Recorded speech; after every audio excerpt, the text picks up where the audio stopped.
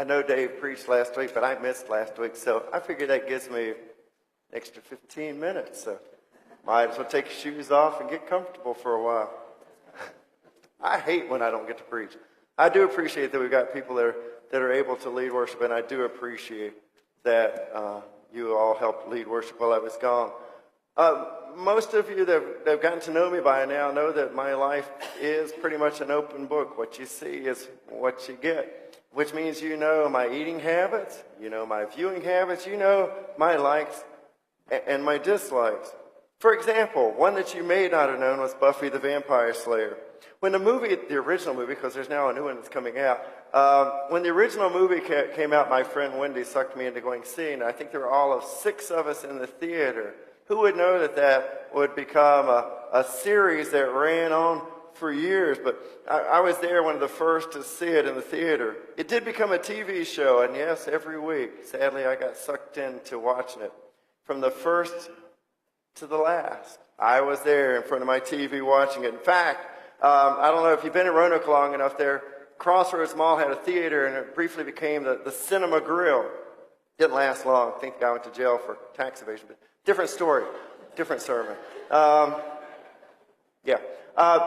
But we were there, and they had the final episode party, and some of my youth from my last church took me there. They said, Jeff, we know you like Buffy. We're going to go to the final episode party. So about 150 of us there watching Buffy the Vampire Slayer on the big screen. It was like a soap opera, and for those that watch soap operas like my grandmother, I know how it is. You get sucked in, and you just want to know what happens next week. Well, it sucked me in for many seasons. I was there. And if you've ever watched Buffy, which is now running way too often on cable, I don't even watch it anymore. It's on like 4 channels.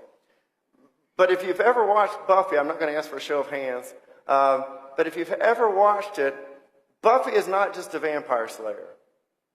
Buffy also fought many demons on the episodes. Any evil force, Buffy was there. Demons. See, today I want us to consider demons. Which I think my fear is when we think of demons, we often think of them as those characters with too much makeup on Buffy, or we think of demons in the sense of movies like The Exorcist.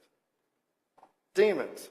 This morning, I want us to consider demons, but not like the ones that Hollywood portrays, but demons in the sense that I believe it's something that we all battle in our lives as both individuals and as a church. And to help us see what I'm talking about, I invite you this morning to turn with me to Luke chapter 8, verses 26 through 39. Luke 8, 26 through 39. Luke writes, They being Jesus and the disciples, sailed to the region of the Gerasenes, which is across the lake from Galilee. When Jesus stepped ashore, he was met by a demon-possessed man from the town. For a long time, this man had not worn clothes or lived in a house. He lived in the tombs. When he saw Jesus, he cried out and fell at his feet, shouting at the top of his voice, "What do you want with me, Jesus, Son of the Most High God? I beg you, don't torture me." For Jesus had commanded the impure spirit to come out of the man. Many times it had seized him, and though he was chained hand and foot and kept under guard, he had broken his chains and had been driven by the demons into solitary places. Jesus asked him, "What is your name?" "Legion," he replied, because many demons had gone into him.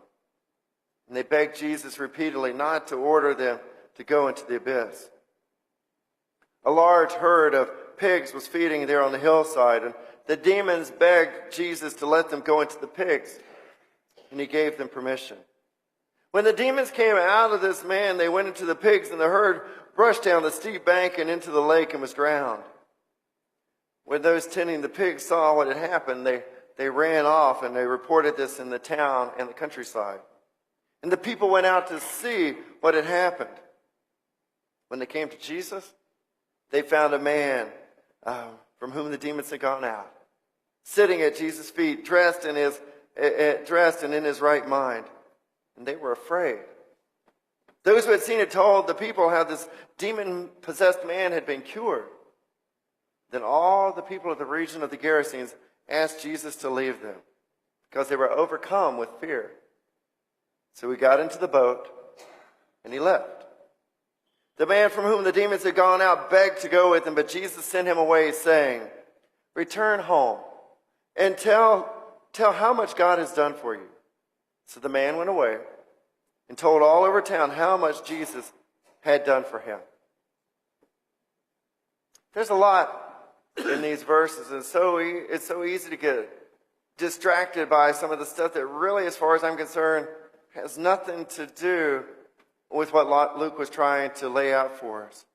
I think it's so easy to get focused on the wrong things. For example, if you're an animal rights activist, you probably are thinking, what did the pigs do to deserve all of this? What did the pigs do to end up drowning by death?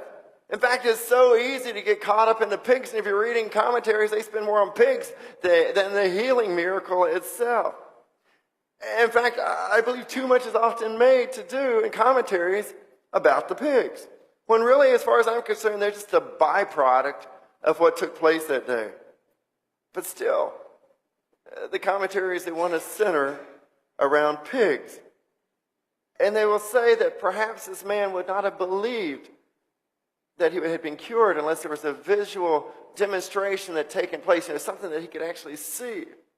Nothing less than a visual departure of demons would have convinced him that he was cured. Hence, the pigs. Jumping and drowning provided him with this visible demonstration that he had been healed. Now, other commentaries, they're going to say, well, maybe it's just a coincidence. He was healed, and the pigs just happened to be in the wrong place at the wrong time. He's healed and pigs jump, and it's a coincidence, and people will say, well, it's just a coincidence. But still, those that viewed what took place recorded similar to what Luke did. Man's healed, pigs jump. Must have been together. They must have been together due to demons. Demons. Demons, something that's either we discount or we relegate only to the movies or the TV shows. And that's why I really spent a few minutes talking about Buffy. Because often when we think about demons, we think about what we see on TV or in the movies. But unlike us today, for Jesus' world, a world that linked the unexplainable with the supernatural, for them, demons were real. R. Ellen Culpepper said this: in the world of Jesus' day, the world was populated by demons, spirits, nymphs, centaurs, and angels who controlled the natural process and often took possession of a person. That which they could not understand, they attributed to something that they could wrap their minds around, like demons. Yet here we are, we're 2,000 years removed from what took place in Luke. And instead of demons, we often question the event that we read here in Luke with new eyes. Instead, we try to see it not as demons, we try to see what took place through the eyes of science or modern medicine. John Knox said this: modern psychology has only given new names to ancient demons. With such terms as paranoia, schizophrenia, etc., we diagnose scientifically certain human ills which the Gospels describe mythologically. And I can buy this, because I've done this myself. In fact, if we're honest, it is so much easier to attribute, calamities or disorders in the forces of nature or emotional problems than it is to believe in the supernatural. And so out of this, we see the remedy for the problem is not being something like an exorcism. We see the remedy for the problem is good counseling or medication. For example, I remember the first year I got here, I got a call from this young lady who I had done some premarital counseling with before for her and her husband-to-be. And when she called me, she wanted to meet with me because she was convinced that she needed me to perform an exorcism at her apartment. And I wanted to say, because there's part of me that always kids, I wanted to say, call the Catholics. because they do the exorcisms and we don't. But I knew that she was serious. And I did tell her, though, I said, exorcisms aren't a part of our tradition as Methodists. But I invited her in to come and spend some time and talk. And she did, and she still came in and we talked. And what I heard, or what I should say I saw in this young lady's life, was one who was suffering from unresolved issues of abuse as a child. And for her, the demons of her past seemed so real. They were manifesting themselves when she tried to sleep. And although I recommended counseling, she was convinced they were demons. Demons. Demons. I guess when you think about it, when you're overwhelmed, sometimes it feels like demons. Sometimes it probably feels like truly being in hell at that moment.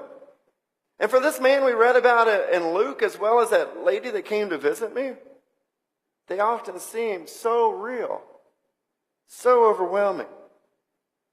William Barclay said this: "We will never even begin to understand this story unless we realize that whatever we think about demons, they were intensely real to the people of Gerasene and to the man whose mind was deranged." Anyway, back to the text we just read. Whatever took place in the scripture that day, whether demons or demons like mental illness, like most of us believe, this man had hit rock bottom. This man was forced to live as an outcast outside of the cities, in tombs, away from the people. But when he met Jesus that day, he was changed. He was changed that day, and the world around that man, they took notice. But they didn't understand what was happening. And in fact, they were afraid. But he was changed as Jesus both saw and met this man's need. I remember reading once, if you ever wonder, does Jesus really care about our problems when there's so many problems going on in the world? Does Jesus really care about me as an individual? They said, look to Luke chapter 8. Because if we read Luke chapter 8 as a whole and we really paid attention, Luke lays it out like this. Jesus basically drops what he's doing, goes across the Sea of Galilee, heals this one man, goes back across the Sea of Galilee, and returns to teaching. He did all this for one individual. Jesus not only stopped what he was doing, but he broke all kinds of social and religious protocols on the way just to get to this one person in need. He goes to a Gentile area, a non-Jewish area, one considered to be unclean by Jews. He went to a graveyard, a place of the dead, again, a place considered by Jews as being unclean. Then he heals not only a Gentile that's hanging out in the tombs, but one that's demon-possessed. He breaks all types of religious laws, all because Jesus longed to meet this one man's need. Demons. Like I said this morning when we began, I want us to consider demons. But not like the ones that Hollywood portrays, but demons in the sense that I think there's something that we all battle as individuals and even as a church. But I don't want us to spend as much time concentrating on the demons, but instead is what I want us to come to see and believe is that Jesus is the healer of demons. The first thing I want us to believe is that this: Jesus comes, he comes to free us both as individuals, and secondly, he comes to free us from the demons that find their way into the church. Because sometimes those demons of our own lives and the world around us, they find their way into the church as well. And just as Jesus comes to set us free from what's become the norms in our lives, what's become the status quo, the things we've become comfortable with, I think Jesus also comes to disrupt and free us from the church as well, of the demons that bind us. So first one, Jesus, the healer of demons, comes to disrupt, interrupt, or I should say longs to free us from that which binds us as individuals, that which has become the new norm in our lives, something that we don't think we can even shake because we've hit so far bottom that we think there can't be anything other than this reality that we find ourselves in now. But Jesus comes to free us from the status quo, the norm of our lives. I mean, here in Luke, you have this individual who's basically not only hit bottom, he's lost all of his identity. He doesn't even know himself beyond the situation that he finds himself in. He defines himself by that situation. He says his name is Legion. Legion. Jesus asked him what his name was, and he says his name's Legion. He names his struggles. He couldn't see beyond his struggles. He couldn't see beyond his condition in life. He said his name was Legion. And if you don't know what a legion is, it's a Roman regiment made up of about 6,000 soldiers. So some commentaries say that this man may have felt like that's what it was. It's like he had thousands of things just weighing on him at his life. It's like it had sucked him under. Other commentaries, I remember reading once, there was one that said, this word or this image of legion may have been something that just kept haunting him repeatedly in life. Maybe he'd witnessed the atrocities take place by the Roman Empire, maybe a legion, and he couldn't shake that image. And that image just kept binding him. It's like having post-traumatic stress. Just come back and revisiting you over and over to the point that it ultimately sent him to be mad. Again, what we find here in Luke, the truth is we don't know what these demons were. Whether they were actual manifestations of evil spirits or were they really mental health issues. But still, what's important is he named his struggles as Legion. And when he does, I think that that's something that some of us can relate to at times. Because sometimes when we're battling things like addiction or those enemies that in our life, if you read the Psalms, I love the Psalms, but the psalmist David often says, it's like my enemies are all around me. I feel like they're going to swallow me down. Sometimes those legions are like self-doubts or anxiety or depression. And these things in our lives might seem like an occupying force.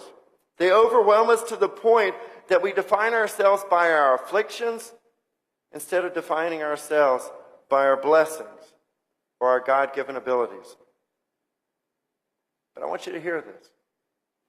I'm here to remind you that here in Luke there is good news in this story. Because what this man found, healing and life again, that's what Jesus wants us to find. As Jesus comes to heal us from these so-called demons that we find in our lives as well. It's good news. It's good news, and it provides us hope to get through this thing that we call life. As God in the flesh, Christ seeks to make us free. In fact, Christ will go to whatever lengths, as we saw here in Luke, to make that possible. Alan Bream wrote recently, he said this, the real source of freedom from all the evil and pain and trauma and injustice that binds people in our world today is the power of God's kingdom at work among us and through us. He said, I wish it could be as simple as saying the word and granting freedom to those who are suffering from the powers of evil in this world. Unfortunately, though, true freedom may only come for some people after years of work, whether it's overcoming trauma or digging out of debt. But he said, but I think the journey for those who are bound begins by those of us who have experienced God's freedom, carrying out our calling to live as witnesses to this amazing good news. We can show them our broken chains as a testimony that God gives them freedom that they've always longed for. Freedom which we've come to find hopefully in our lives that we long to go share by being Christ to others in the world around us. But to do so as individuals, or more importantly, to do it today here at this church, We need to be free of the demons that bind us. Because sadly, sometimes we're bound, even as a church, from sharing and living out of the good news that God desires. Because sometimes the demons that we need to be cured from as individuals often find their way into the church as well. Luke said this. Luke said those that were tending the pigs saw what had happened. They ran off and reported this in the town and the countryside. And the people went out to see what had happened. And when they came to Jesus, they found a man from whom demons had gone out, sitting at Jesus' feet, dressed and in his right mind, and they were afraid. Those who had seen it told the people how this demon-possessed man had been cured. And then all the people of the regions of the Gerasenes asked Jesus to leave them because they become overcome with fear. So Jesus got into his boat and he left. Did you hear that? The people were upset. The pig herders and the townspeople were upset because changes were taking place. What had been the status quo to their community, the norm, had been upset, and they did not like it. And the response was basically asking Jesus to leave. Life Application Commentary says this. Some may have been worried that Jesus might allow something similar to happen to their herds or their livestock. Some may have been uncomfortable with the idea of a former demon-possessed man re-entering their community. Whatever the reason, people were obviously afraid of Jesus and his ability to upset the status quo. How short-sighted of them, and yet how typical. Have you ever heard someone in your church, they ask, which would be our church, have you ever heard someone or even yourself saying, I'm glad the church has a heart for evangelism, but all these new people make me feel uncomfortable. It's our church. Or have you heard yourself saying, I'm glad that we're doing mission, but I just don't feel comfortable working with those type of people. Or why do we need these kind of new songs? The old hymns were good for me. Why do we need to make changes? Because I like it the way that it was. Our last pastor did it this way, so why don't you do it this way? They said, if so, or your church may be unknowingly following the footsteps of the people of Gerasenes. So beware of letting your personal preferences or your attachment to the status quo take priority over Jesus and his work in people's lives. In Luke's gospel, it said the people of the Gerasenes asked Jesus to leave because Jesus had upset the status quo. Instead of rejoicing that one had been healed, they were concerned, or should I say they were more concerned about the change that had taken place and how the change affected them. How often are we like that? How often are we like the herders or the townspeople? How many times do we, in essence, say, Jesus, we don't want you here. We don't want to focus on you because instead we want the focus to be on us and what we want. You see, whenever I hear objections in the church, I often believe it's because someone has challenged what's become someone's norm or their status quo. Even those times when the change that needs to be made is because it's something that's become an unhealthy part of who we are as individuals and as a church. Even if the change has to be made to reach out to others because we're uncomfortable with the change. We're like the townspeople or the herders. We don't like the change because the change has affected us. But when this happens, we need to ask ourselves, why? Why is it we're uncomfortable with the change? What are the demons that are in essence binding us or holding us back? Are they really our personal preferences or something else? But whatever they are, they should never get in the way of being in ministry with others. Think about what we read here in Luke. Because the herders and the townspeople were missing out on a miracle that had taken place. Because instead of rejoicing, they were focusing on how this change had affected them now and might possibly affect them in the future.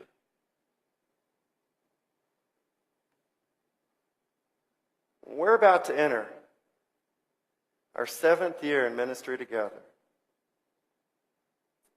So as we begin a new year together, I think there are 2 things that we need to keep focus on. The first one, we need to make sure that we share with others that we still have good news. When the world is rocked by bad news after bad news after bad news after bad news, we need to tell them we've still got a message of good news and hope. To remind them that God not only cares about us, but that God cares about them as well. And God longs to free all from whatever binds them. It's exciting news, and the world needs to know it. And the second one is this. If we're truly going to be successful as sharing the good news as a church, then we need to let go of the things where our focus is on us. Those demons, those things where we find ourselves saying, I don't like this. And instead, we need to replace the I with others. Making sure our focus is on others as we consider what things we can be doing together to bring others to Christ. Look at it this way. When the demon-possessed man was healed, he longed to follow Jesus. He longed to give thanks because he was blessed. We too have been blessed. As individuals and as a church, we have been blessed. And out of this together, we should constantly be seeking to follow Christ by both sharing and living out of the good news in the world around us. As we heard those few weeks before I left, we're called to see the world through the eyes of Jesus, which means constantly reaching out to all, going beyond what's become the status quo or the norms, as Christianity is more than just being a church that comes to worship and then just leaving and thinking we're done. It involves returning to the world and declaring the experiences that we've had with God by living and loving as Christ, by making a difference in the lives of others just as Christ does still today.